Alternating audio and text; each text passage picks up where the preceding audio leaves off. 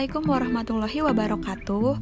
Kami dari kelompok 9 yang beranggotakan Salsabila Fatika Aji dengan NPM 066121128, Amanda Fatika Sari dengan NPM 066121147, Maya Nurhidayatika Utomo dengan NPM 066121152, Nur Hadiatus Salihah dengan NPM 066121156, Aliani Nurul Haya dengan NPM 066121161, dan Novianti Saraswati Putri Guci dengan NPM 066121163. Di sini kami ingin menyampaikan materi tentang bioteknologi pertanian.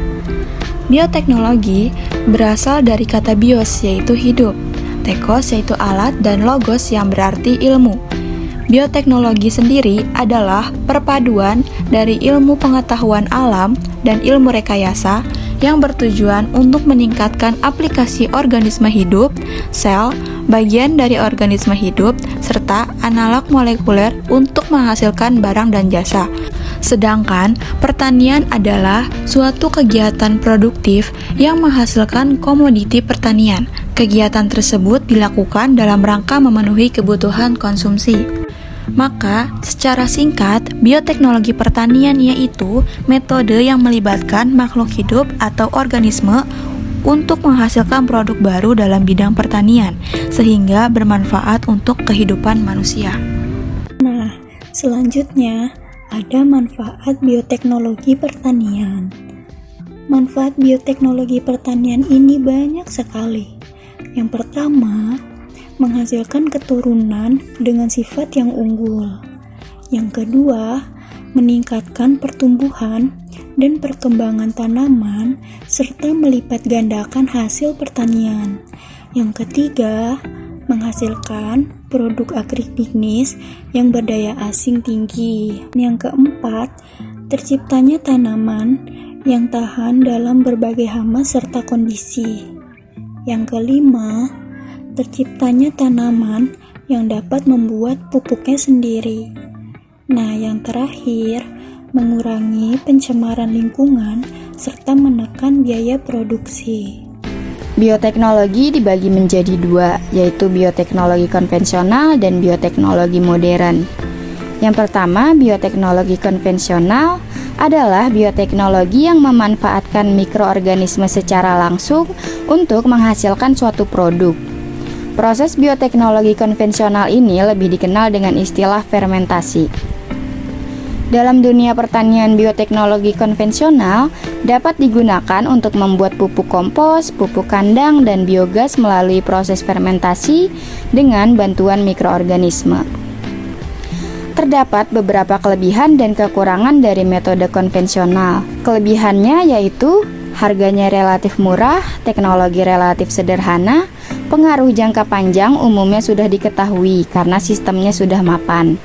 Dan untuk kekurangannya yaitu perbaikan sifat genetis tidak terarah, tidak dapat mengatasi masalah ketidaksesuaian genetik, hasil tidak dapat diperkirakan, memerlukan waktu relatif lama untuk menghasilkan alur baru, serta seringkali tidak dapat mengatasi kendala alam dalam sistem budidaya tanaman, misalnya masalah hama.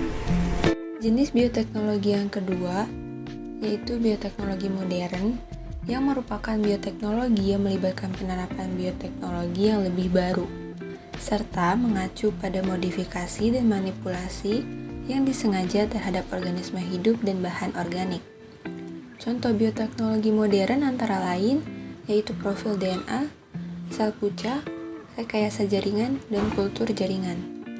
Berdasarkan definisinya, bioteknologi modern menggunakan alat-alat yang lebih canggih dibandingkan dengan bioteknologi konvensional. Selanjutnya kita dapat mengetahui kekurangan dan kelebihan bioteknologi modern. Untuk kelebihannya sendiri, antara lain perbaikan sifat genetik dilakukan secara terarah. Yang kedua, dapat mengatasi ketidaksesuaian genetik. Yang ketiga, dapat menghasilkan organisme dengan sifat baru yang tidak pada sifat alaminya. Serta yang terakhir, dapat meningkatkan kualitas produk. Selanjutnya adalah kekurangan bioteknologi modern. Antara lain biaya produksinya mahal karena memerlukan teknologi yang lebih canggih, dan harus memperhatikan pengaruh jangka panjang yang mungkin akan timbul. Contoh penerapan bioteknologi pertanian. Yang pertama, rekayasa genetika. Rekayasa genetika adalah suatu usaha memanipulasi suatu gen organisme untuk tujuan tertentu dengan cara menghilangkan atau menambahkan suatu gen sehingga menghasilkan organisme dengan sifat-sifat yang diinginkan. Berikut beberapa manfaat dari rekayasa genetika. Yang pertama, meningkatkan kualitas tanaman sehingga tanaman menjadi tahan hama dan penyakit. Yang kedua, tahan cekaman kekeringan. Yang ketiga, tahan kadar garam tinggi. Yang keempat, frost resisten. Yang kelima, meningkatkan kualitas kandungan nutrisi. Nah, rekayasa genetika ini jika dimanfaatkan dengan benar, maka akan membuahkan produk-produk pertanian yang memiliki kualitas yang unggul.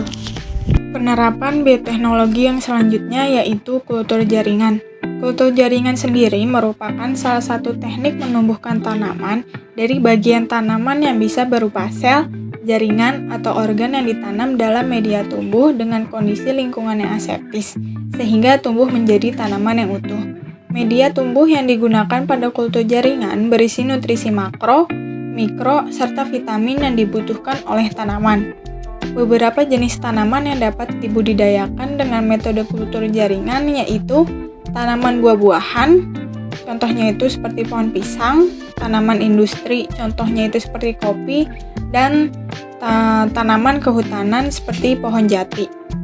Adapun beberapa manfaat dari kultur jaringan sendiri, yaitu kultur jaringan menghasilkan bibit atau benih yang memiliki sifat yang serupa dengan induknya. Kemudian, kultur jaringan dapat dijadikan sarana untuk melestarikan plasma nuftah atau membawa sifat keturunan. Lalu, kultur jaringan menciptakan varietas baru untuk melalui rekayasa genetika, serta perbanyakan bibit dapat dilakukan dengan cepat dan dalam skala banyak. Nah, itu dia materi yang dapat kami sampaikan seputar bioteknologi pertanian. Bagaimana? Mudah untuk dipahami, bukan? Terima kasih yang sudah menonton video kami. Semoga video ini bisa bermanfaat buat teman-teman semua. Jangan lupa like, share, dan komen video kita ya.